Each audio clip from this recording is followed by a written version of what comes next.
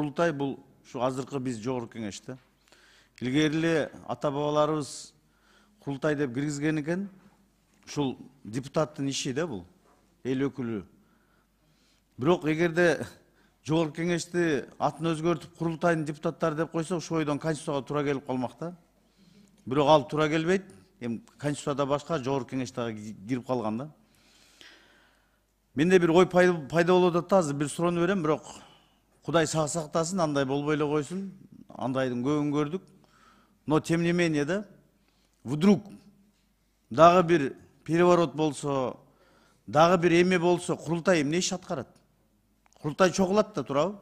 Ошол максатта түзүлбөйт да бул курултай. Суроомо жооп берип койсоңуздар. Мына мен жанатан бери жана 1 жылдык дегенде анан 1 жолу дегендин маанисин түшүндүрө албай атканга сиз өзүңүз жооп бердиңиз. Мына мен дагы ошону айта албай атам. Кудай андан сактасын.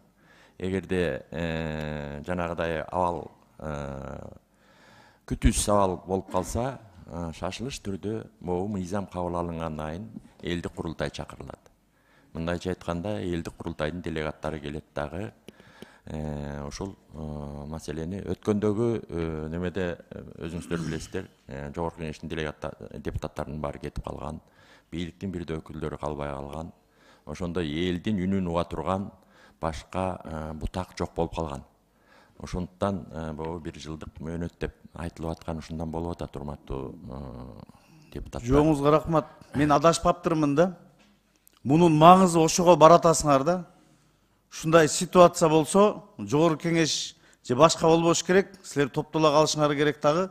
Кыргызстандын келечегин же болсо ошол ИО президент деп коебузбу, башка болот, кандай деген максат алып баратасыңар да. Мына өзүңүз дагы азыр мойнуңузга алдыңыз. Негизи түп тамыры ошондо туурабы? Бул эми Кудай сактасын, андай болбосун, ошондой боло турган болсо, чогула калыш керексиңер. Туура дагы бир жолу айтып атам, суроо берейин, мойнуңузга алып атасыз да? Максат ошондой да, туурабы? Эми баш мыйзамдын өзүндө жазылып турбайбы? Жок. Азыр дагы айтып кеттиңиз да, ооба, ошондой түшүндүрө албай атам 1 жылга деп, бийлик туурабы? бутагынын ээси эл деп турат. Мындайча айтканда, бардык бийлик элдики. А элдин өкүлдөрү келип чечим чыгарганга толук укугу бар. А жогорку кеңеш ким анда? Элдин өкүлү эмес? Эми жогорку кеңеш жөнүндө бул жерде маселе болгон жок. Жогорку кеңеш өткөндө качып кетип таппай калбадык беле? Жок, качып кетпей эле ошо жогорку кеңеш чечим чыгарып берди. Чоң рахмат. Мен суроомо жооп алдым. Мекимбек Акимович. Рахмат. Сиздин сурооңузга Чолкунбек мырза, агай, курултайдын мыйзамы алдыга койгон максаты эми ачылды окшойт мына сиздин акыркы сөзүңүз менен. Бүт бардык ойлор. Мекимбек Акимович чоң ыраазычылык билдиребиз, айтылбай турган сөз эле айтылып кетти, өзү эле болуп атат окшойт. Мындай маселени койсоңуз, жогорку кеңештен бул мыйзам кандай өтөт, кандай жок. Ар бир сөзүбүздү бир ойлонуп сүйлөйлү, урматтуу чакырылгандар, урматтуу депутаттар. Бул алайын да бир суроо берип коелучу. Каяка качып кетти, ошону айтсаң. Каяка качып кетти, сиз айтыңызчы ошону. Мен сиздерден бир нерсени суранам. Депутаттарды эл угуп атат да, депутаттар качып кетти дейт. Каяка качып кетти депутаттар? Айтып бергилечи, кимдер айтасың? Каяка качып кетти деп кимдер айтты? Чет өлкөгө качып кеткен. Өткөн төңкөрүштө айткан, каяка качып кетти депутаттар? Алматыга качып кетти, чет өлкөгө качып кетти. Бир жума чогулталбай. Үскөл гостиницасында отуруп ким чечип берди? Ал бир айдан кийин Бишкек талканы өрттөнгөндөн кийин анан кийин келди. Урматтуу чакырылгандар. Урматтуу чакырылгандар, урматтуу депутаттар. Эгер эме болсо чолпон алайын да чыгып кетсинчи буяктан.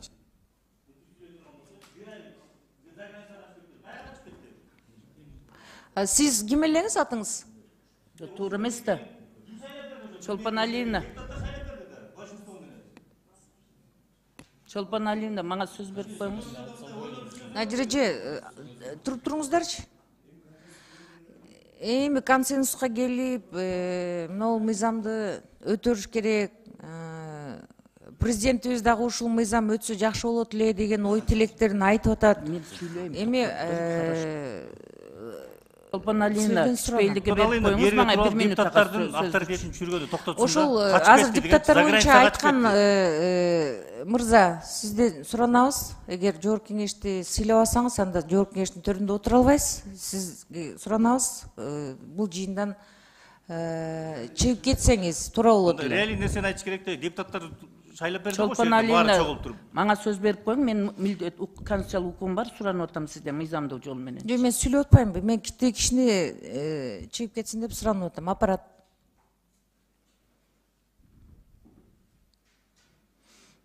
Жогорку кеңешти сыйлабаган адамдар жогорку кеңешке келбеш керек.